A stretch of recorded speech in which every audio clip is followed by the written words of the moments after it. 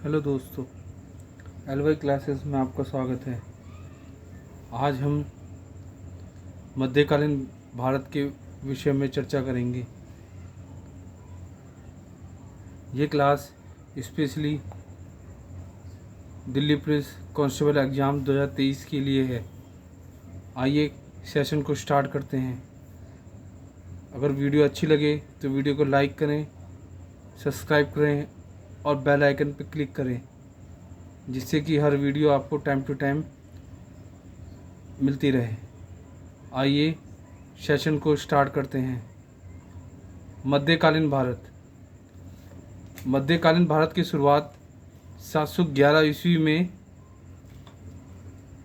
712 ईस्वी में कही जाती है और 711 ईस्वी में भी एक मंसूर अज्जाद ने अपने सेनापति अब्दुल्ला और बुंदेला को भारत भेजा था, लेकिन वह एक असफल युद्ध था जिस युद्ध में अब्दुल्ला बुंदेला हारे गए थे। मध्यकालीन भारत का सबसे सफल आक्रमण 712 ईस्वी में भारत के पहला सफल मुस्लिम आक्रमण अरबों ने किया था। विदेशों में अरबों ने किया था। क्वेश्चन पूछा जाएगा एग्जाम में कि मध्यकालीन भारत पे सबसे पहले हमला किसने किया? तुर्कों ने किया, गजनी ने किया, अरबों ने किया, किसने किया?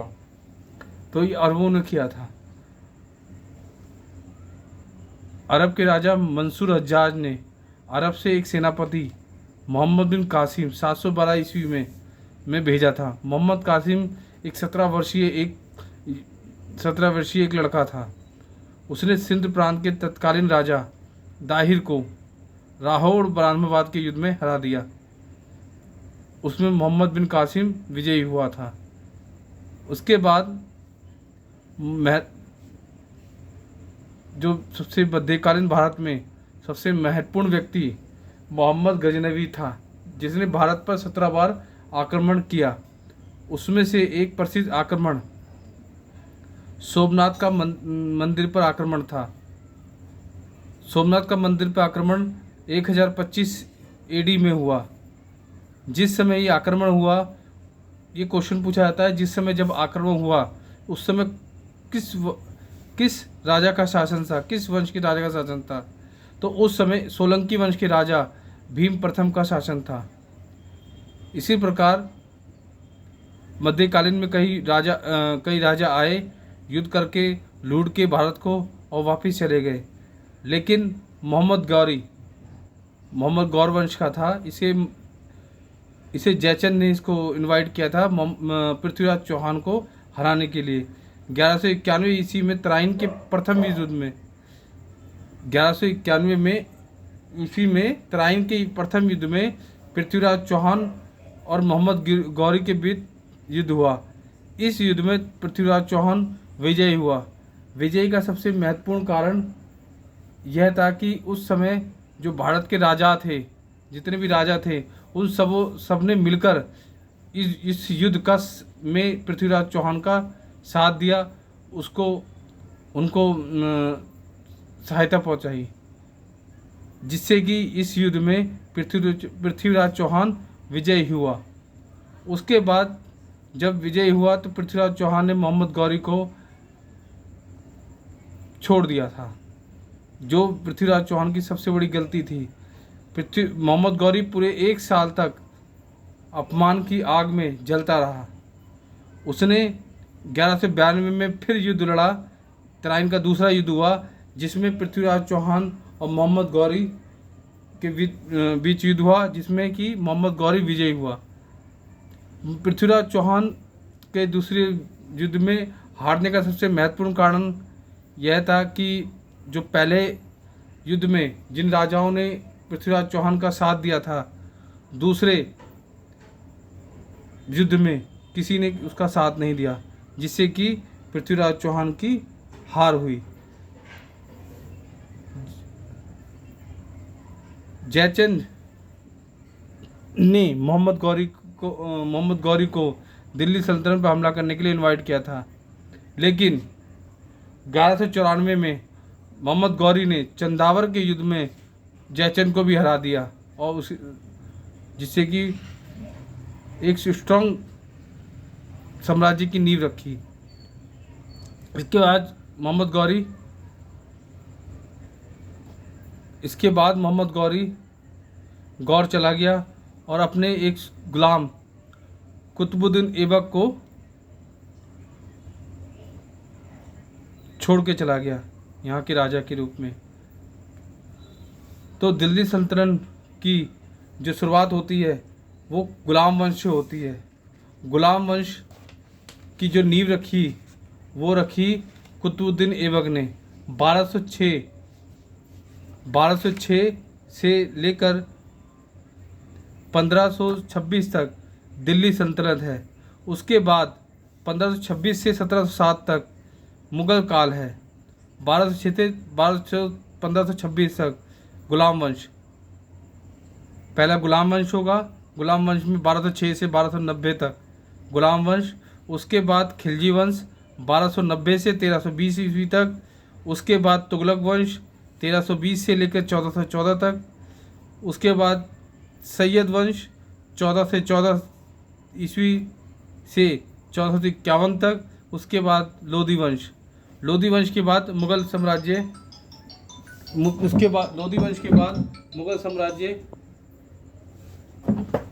की शुरुआत होती है।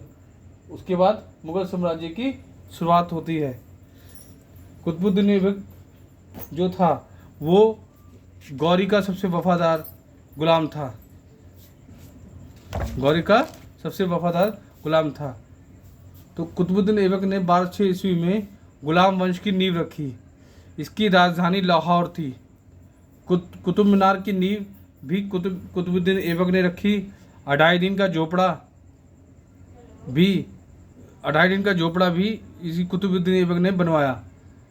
इसको लाख बख्श का बादशाह भी कहा जाता था, क्योंकि ये लाखों का दान रोज किया करता था।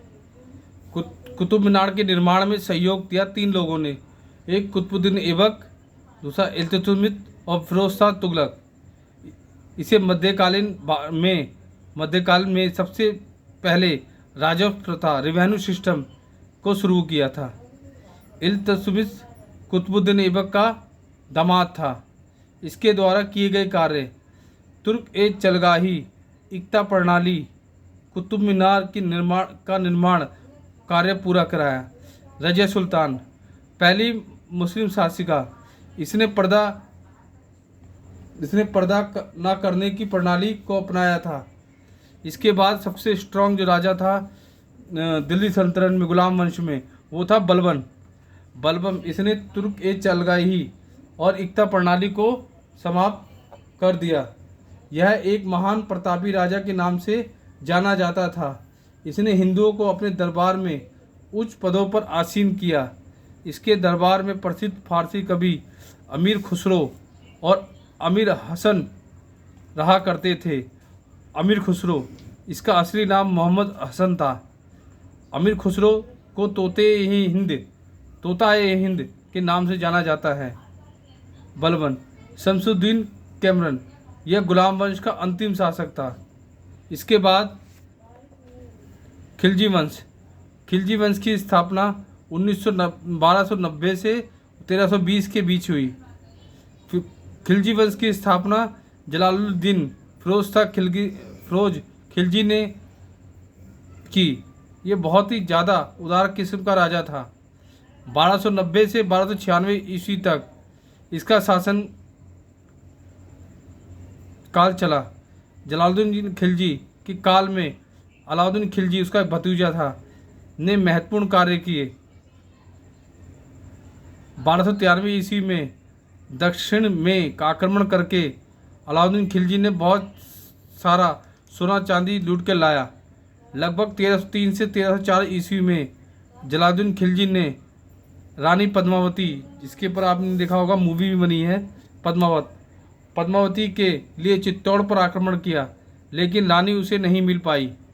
इसके बाद की जानकारी मलिक मोहम्मद जायसी द्वारा रचित ग्रंथ पद्मावत से मिलती है। यह ग्रंथ 1540 ईस्वी में लिखा गया था। यह ग्रंथ शेरशाह सूरी के काल में लिखा गया था। अलाउद्दीन खिलजी के कुछ कार्य थे। भारत में गुप्तचर प्रणाली की शुरुआत अलाउद्दीन खिलजी ने की। मूल्य नियंत्रण प्रणाली की शुरुआत अलाउद्दीन खिलजी ने की। सबसे ज़्यादा टैक्स वसूला अलाउद्दीन खिलजी ने। कार्य क्या थे? अलाई दरवाज़ा, सीरी का किला, जमेयत खान मस्जिद, हजार खंबा महल, ये कार्य अलाउद्दीन खिलजी ने किए। इसके बाद मुबारक खिलजी आता है। इसे खलीफा के नाम से जाना जाता था। इसके बाद खुसरो खां, ये खिलजी वंश का अंतिम शासक था, खुसरो खां। इसके बाद तुगलक वंश की बात करते हैं। तुगलक वंश की स्थापना गयासुद्दीन तुगलक।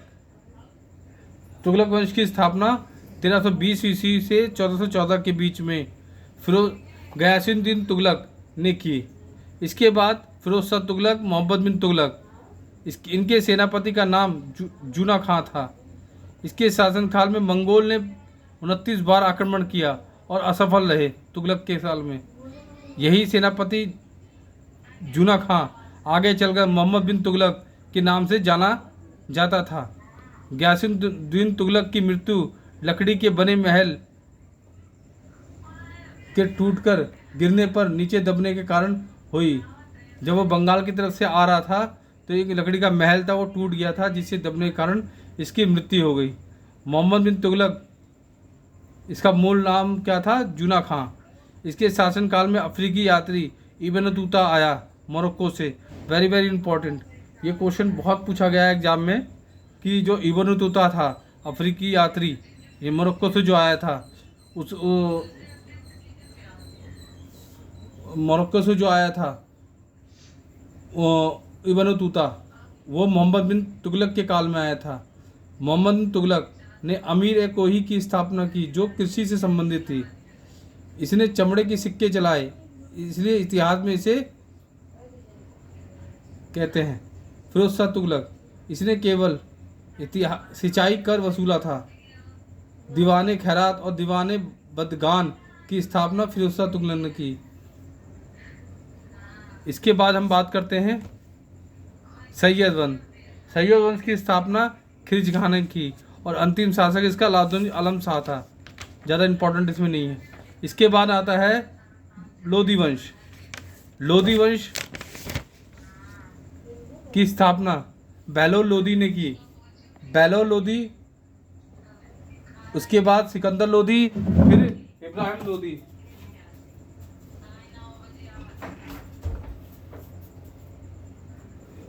बेलोर लोधी, इन्होंने सिक्के चलवाए।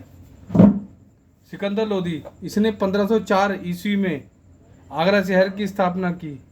इसके बाद इब्राहिम लोधी, सिकंदर लोधी ने आगरा शहर की स्थापना की और इब्राहिम लोधी 1526 में पानीपत के प्रथम युद्ध में बाबर ने इब्राहिम लोधी को हराकर मुगल साम्राज्य की स्थापना की।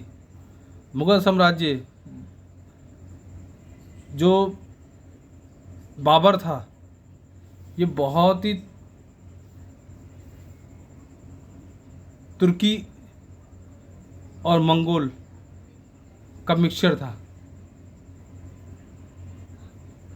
मतलब इसके नाना मंगोली थे और तुर्की में इनकी पैदाइश थी, पैदा हुए थे मोहम्मद बाबर। मुगल काल की शासकीय भाषा क्या थी? फारसी भाषा थी। मुगल काल के बारे में बात करेंगे। बाबर 1526 से 1530 तक उसने शासन किया। पिता बाबर के उमर शेख मिर्जा जो तुर्की थे। बाबर की आत्मकथा क्या थी? तजुके बाबरी, जो कि तुर्की भाषा में लिखी गई थी। इसे बाबरनामा के नाम से भी जाना जाता है। तजुके बाबरी को बाबरनामा के नाम से भी जाना जाता है। जो बाबर था वह एक चकदादी तुर्क था जिसने पानीपत के पहले युद्ध में इब्राहिम लोधी को हराकर मुगल वंश की नींव रखी। जीत का कारण क्या था? बाबर का खुद एक कुशल सेनापति होना। बाबर एक कुशल सेनापति था। तोप खाने का होना, उसके बाद तोपें थी। उसके बाद दूसरा युद्ध वो खानवा का लड़ता है 1527 ईस्वी में। खानवा के ये युद्ध था, ये राजपूतों के खिलाफ युद्ध लड़ा था उसने, बाबर ने।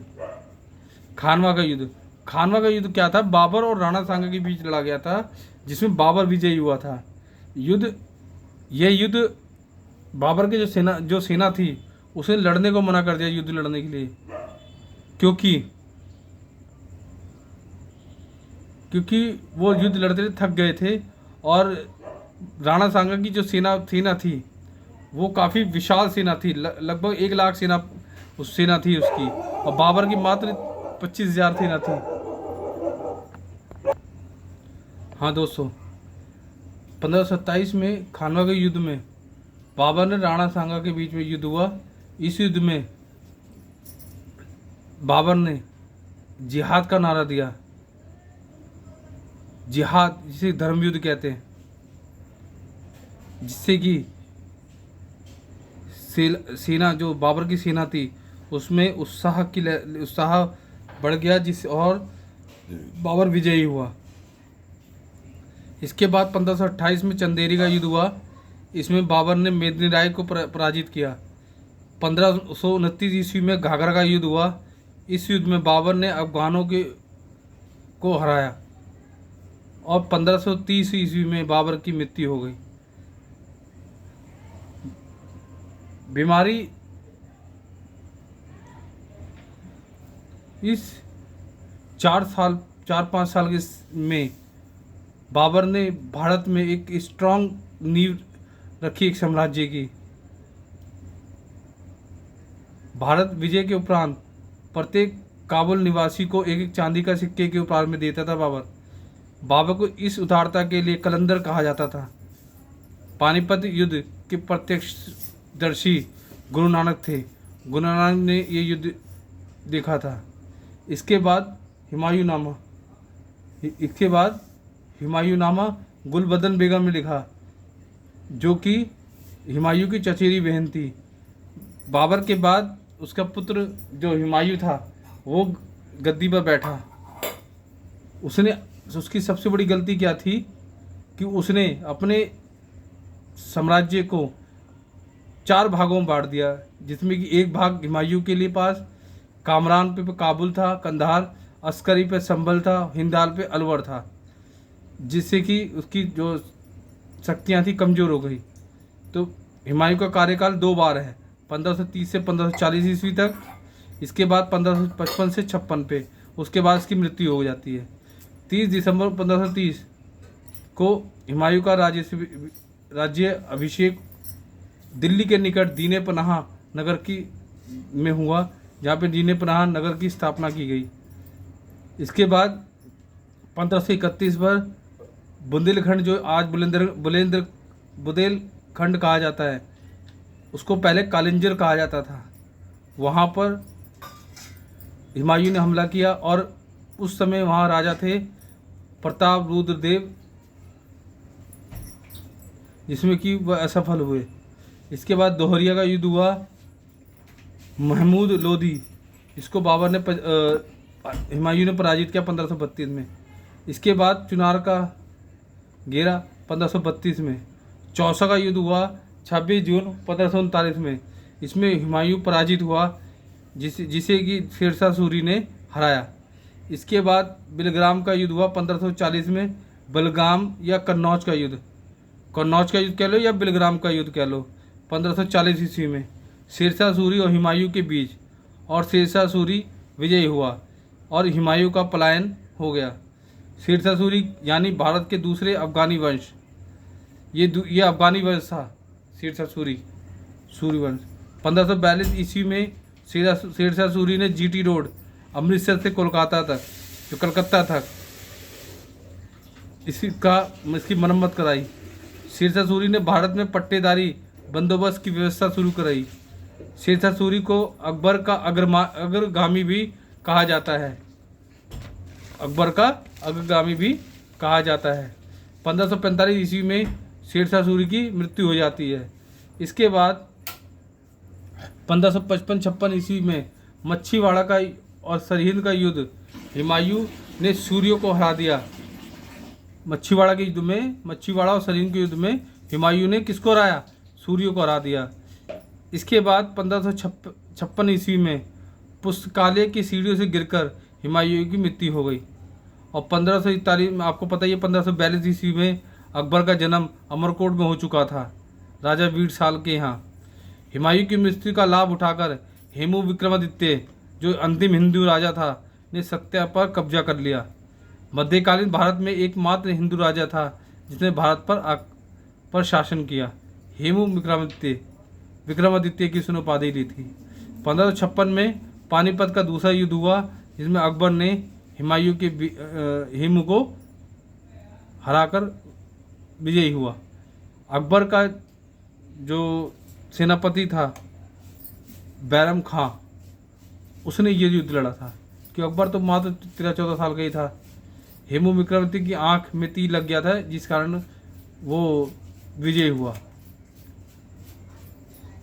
बैरम खां की मृत्यु कभी 1560 ईस्वी में, जब वो हज की यात्रा कर रहे थे।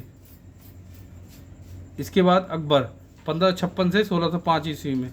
इसका जन्म कब हुआ? 1542 में अमरकोट। राज्याभिषेक हुआ 1556 में, जब उन्होंने पानीपत के दूसरे युद्ध में हेमू विक्रमादित्य को हराया। इसके बाद 1563 उसने क्या क्या किया? तीर्थ यात्रा को समाप्त कर दिया 1563 में अकबर ने। 1564 में जजिया कर को समाप्त कर दिया। और इसके बाद 1575 ईस्वी में हल्दी घाटी का युद्ध होता है, जिसमें राजा मान सिंह अकबर की ओर से लड़ते हैं और महाराणा प्रताप आगरा से 36 किलोमीटर दूर फतेहपुर सीकरी नामक नगर की स्थापना और उसमें प्रवेश के लिए बुलंद दरवाजा का निर्माण भी अकबर ने कराया। अकबर का शासनकाल हिंदी का स्वर्ण काल कहा जाता है, साहित्य का। लेकिन अकबर एक अनपढ़ मुगल सम्राट था। ये क्वेश्चन एग्जाम में कई बार पूछा गया है कि अनपढ़ मुगल सम्राट कौन था, तो वो था अकबर। अकबर ने 1582 में दीन इलाही धर्म की स्थापना की। दीन इलाही धर्म को अपनाने वाला पहला व्यक्ति अकबर था। अकबर का पहला व्यक्ति तो अकबर था, और पहला हिंदू कौन था? बीरबल। अकबर की दरबार में 9 रत्न थे। उन 9 रत्नों के नाम हैं बीरबल, महेश दास, जिसका नाम कहा जाता है महेश दास, उसका तानसेन, अब्दुल रहीम खान खाना, मुल्ला दो प्याजा, टोडरमल, मानसिंह, फैजी, अब्दुल फजल आदि। तानसेन प्रसिद्ध संगीतज्ञ था। मियाँ का मल्हार, मियाँ की टोड़ी, कंठाभरण और वाणी विलास की रचना की थी तानसेन ने। इसका मकबरा ग्वालियर में स्थित है तानसेन का। अकबर ने गुजरात विजय पर बुलंद दरवाजे का निर्माण कराया था। तो बुलंद दरवाजे का निर्माण कराया था गुजरात विजय पर। इसके बाद जहांगीर का शासनकाल आता है। जहांगीर का शासनकाल 1605 से लेकर 1627 तक था। इसका नाम सलीम था। इसके शासनकाल को चित्रकला का स्वर्णयुग कहा जाता है। 1611 में जलंधर के शासक को पराजित करके उत्तर पूर्वी भाग पर कब्जा किया। जहांगीर के शासनकाल में 3 अंग्रेजी लोग आए थे। विलियम हॉकिंस, जो सबसे पहले क्या थे, इनके पहले अंग्रेज थे, sir Thomas Roe, William Finch. Jahangir की बेगम का नाम मेहरुन्निसा नूरजहां था, जो फारस के सुल्तान मिर्जा गए बसवे की पुत्री थी। इसका शासनकाल चित्रकला का शासनकाल कहा जाता है। जहांगीर के चित्रकार अब्दुल हसन थे। इसके बाद जहांगीर के बाद आते हैं शाहजहां। शाहजहां के शासनकाल को स्थापत्य का शासनकाल कहा जाता है। शाहजहां द्वारा किए गए कार्य: दिल्ली का लाल किला, दिल्ली की जामा मस्जिद, मयूर सिंहासन, कलाकार इसके थे बादल खां। आगरा का ताजमहल, कलाकार उस्ताद अहमद लाहौरी, ये थे शाहजहां। इसका शासनकाल था 1627 से लेकर 1657। मयूर सिंहासन पर बैठने वाला पहला शासक खुद शाहजहां था। उसके बाद फारस का लुटेरा नादिर शाह 1739 में आया, जो कि मयूर सिंहासन को लूट के ले गया। इस मयूर सिंहासन पर अंतिम बादशाह मोहम्मद शाह रंगीला बैठा था। शाहजहां की बेगम का नाम अर्जुमंद बानो मुमताज़ था। शाहजहाँ के कुल 7 पुत्र थे, जिसमें सबसे प्रिय दारा शिकोह औरंगजेब थे। दोनों के बीच बाद में उत्तराधिकार को लेकर युद्ध हुआ, जिसमें औरंगजेब जीता था। औरंगजेब और दारा शिकोह के बीच के युद्ध को धर्मट का युद्ध कहा जाता है। जो धर्मट का युद्ध में औरंगजेब ने किसको हराया? दारा शिकोह को। औरंगजेब का शासनकाल, इसको जिंदा पीर भी कहा जाता था, 1657 से लेकर 1707 तक। इसने कई हिंदू मंदिरों को तोड़वाया। गुजरात का सोमनाथ मंदिर तोड़वाया, काशी का विश्वनाथ मंदिर, मथुरा का केशव राय मंदिर। इसने पूरे मुगल वंश में सबसे ज़्यादा टैक्स वसूला। इसके गुरु का नाम मोहम्मद हाकिम था और लोग इसे आलमगीर और जिंदा पीर कह के पुकारते थे। इसके शासनकाल में सैनिकों में सबसे ज़्यादा हिंदू सैनिक थे। तो इसमें बहादुर शाह, जहांगीर शाह, फर्रुखशियर, लंपट मूर्ख। इसके बाद मोहम्मद शाह रंगीला, जिसे रंगीला बादशाह कहते थे, आलमगीरी, अकबर द्वितीय, शाह आलम सेकंड और बहादुर शाह सेकंड अंतिम मुगल शासक जो थे। इसके बाद अंग्रेज़ों का आगमन हुआ, जो कि मॉडर्न हिस्ट्री का पार्ट है। मॉडर्न हिस्ट्री हमारी 1657 से स्टार्ट होती है, 1757 से शुरुआत होती है, जिसमें कि जो अंग्रेज़ थे वो प्लासी के युद्ध में सिराजुद्दौला बंगाल के नवाब को हराकर बंगाल पर कब्जा करते हैं। इसके बाद 1764 में फिर युद्ध होता है, जिसे बक्सर का युद्ध कहते हैं। इस युद्ध में बंगाल का जो नवाब था मीर कासिम, अवध का नवाब सिराजुद्दौला और मुगल सम्राट शाह आलम सेकंड, इनको हराकर वो बक्सर युद्ध को भी जीत लेते हैं। इसी तरह से अब हम मॉडर्न हिस्ट्री के बारे में बात करेंगे नेक्स्ट क्लास में। ये video specially Delhi police constable exam के लिए ध्यान रहे, और आगे इसी तरह की वीडियो मिलती रहेंगी। तो कृपया अगर ये वीडियो आपको रेलिवेंट लगता है कि दिल्ली पुलिस के एग्ज़ाम के लिए और वीडियो पसंद आती है, तो इस वीडियो को लाइक करें, शेयर करें और बेल आइकन पर क्लिक करें, जिससे कि समय समय पर आपको वीडियो मिलती रहे। दोस्तों, 1 महीने का समय रह गया है, अब लग के मेहनत करो। दिल्ली पुलिस का एग्ज़ाम के लिए अब आपको ज़्यादा से ज़्यादा पढ़ाई करनी है। प्रीवियस ईयर के पेपर लगाएं और करंट अफेयर्स को बिल्कुल इग्नोर मत करना, उसके बेस पे ही सिलेक्शन है। हिस्ट्री, ज्योग्राफी, पॉलिटी और करंट अफेयर्स, ये 4 चीज़ें। हिस्ट्री के अंदर आपका आर्ट एंड कल्चर आ जाएगा और ज्योग्राफी के अंदर आपका इन्वायरमेंट आ जाएगा। ये पोर्शन बहुत इंपॉर्टेंट है, आप कृपया करके इसको ज़्यादा करें। इस 1 महीने में लग के तैयारी करें और सिलेक्शन ज़रूर होगा। निश्चित रूप से जो मेहनत करेगा उसका सिलेक्शन ज़रूर होगा। अगर वीडियो पसंद है तो लाइक करें।